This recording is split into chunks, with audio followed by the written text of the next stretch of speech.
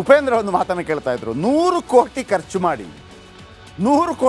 ಮಾಡಿ ಇಷ್ಟು ಸಂಬಳ ತಗೊಳಕ್ಕೆ ಯಾರು ರೆಡಿ ಇದ್ದಾರೆ ಸ್ವಾಮಿ?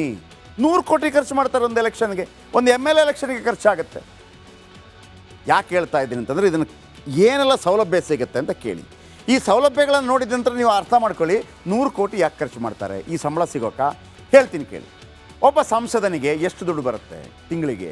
ಪ್ರತಿ ತಿಂಗಳು ಸಂಸದರಿಗೆ 1 ಲಕ್ಷ ಸಂಬಳ ಬರುತ್ತಂತೆ. 1 ಲಕ್ಷ ಸಂಬಳ ಅಷ್ಟಕ್ಕೆ ಮುಗಿಯಲ್ಲ. ಅಧಿವೇಶನಕ್ಕೆ ಬಂದರೆ ನಿತ್ಯ 2,000 ರೂಪಾಯಿ ಭತ್ಯೆ ಸಿಗತ್ತೆ ಪ್ರತಿದಿನ. ರಸ್ತೆ ಪ್ರಯಾಣಕ್ಕೆ ಕಿಲೋಮೀಟರ್ಗೆ 16 ರೂಪಾಯಿ. ನೀವು 1,000 ಕಿಲೋಮೀಟ್ರ್ ಹೋದರೆ ಇಂಟು 16 ರೂಪಾಯಿ ಆ ಥರ.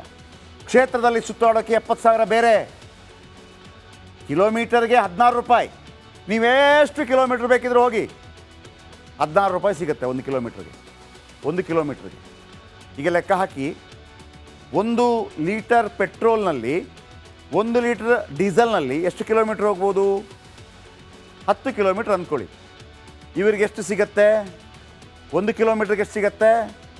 16 ರೂಪಾಯಿ ಸಿಗತ್ತೆ. 10 ಕಿಲೋಮೀಟ್ರಿಗೆ ಎಷ್ಟು ಸಿಗತ್ತೆ? 160 ರೂಪಾಯಿ ಸಿಗುತ್ತೆ. ಪೆಟ್ರೋಲ್ಗೆ ಎಷ್ಟು ಹೋಗೋದು? 100 ರೂಪಾಯಿ.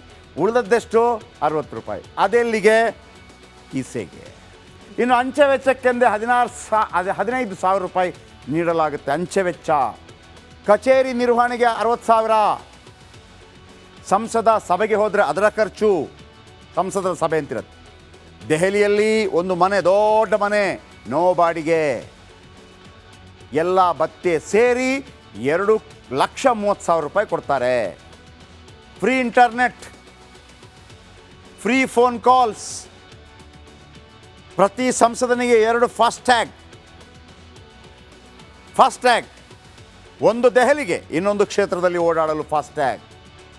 ಸಂಸದ ಮತ್ತು ಅವರ ಕುಟುಂಬಕ್ಕೆ ಫ್ರೀ.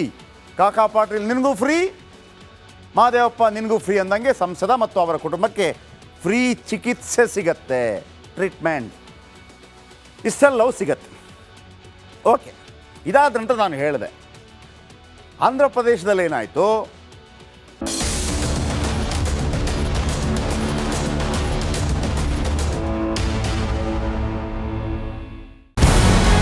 ನಮಸ್ಕಾರ, ಕರ್ನಾಟಕ ಪ್ರೈಮ್ ಟೈಮ್ಗೆ ಸ್ವಾಗತ. ನಾನು ಜಯಪ್ರಕಾಶ್ ಶೆಟ್ಟಿ. ಇಡೀ ಕರ್ನಾಡು ಇವತ್ತು ರೆಬೆಲ್ ಆಗಿ ನಿಂತಿದೆ. ಈ ಹಗರಣಗಳನ್ನು ಸದನದಲ್ಲಿ ಪ್ರಸ್ತಾಪ ಮಾಡಲು ಕೂಡ ಕಾಂಗ್ರೆಸ್ ಹಿಂದೇಟು ಹಾಕಿದ್ದೇಕೆ?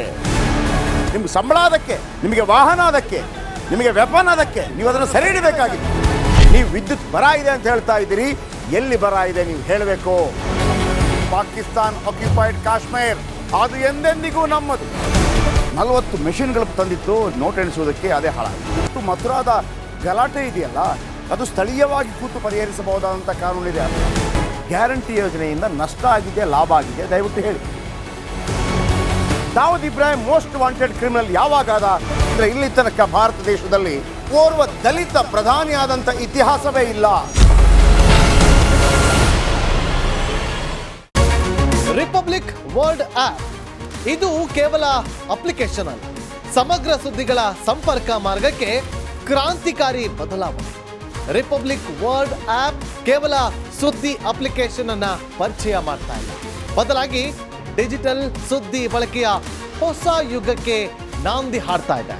ಇದೊಂದು ಬ್ರೇಕಿಂಗ್ ನ್ಯೂಸ್, ಪ್ರಭಾವಶಾಲಿ ಕಾರ್ಯಕ್ರಮಗಳಿಗೆ ಗಟ್ಟಿಯಾದ ವೇದಿಕೆ. ರಿಪಬ್ಲಿಕ್ ವರ್ಲ್ಡ್ ಅಪ್ಲಿಕೇಶನ್ ಈಗ ಲೈವ್ ಆಗಿದೆ. ಗೂಗಲ್ ಪ್ಲೇ ಸ್ಟೋರ್ ಮತ್ತು ಆಪಲ್ ಆಪ್ ಸ್ಟೋರ್ ಎರಡರಲ್ಲೂ ಲಭ್ಯವಿದೆ. ಈಗಲೇ ಡೌನ್ಲೋಡ್ ಮಾಡಿ.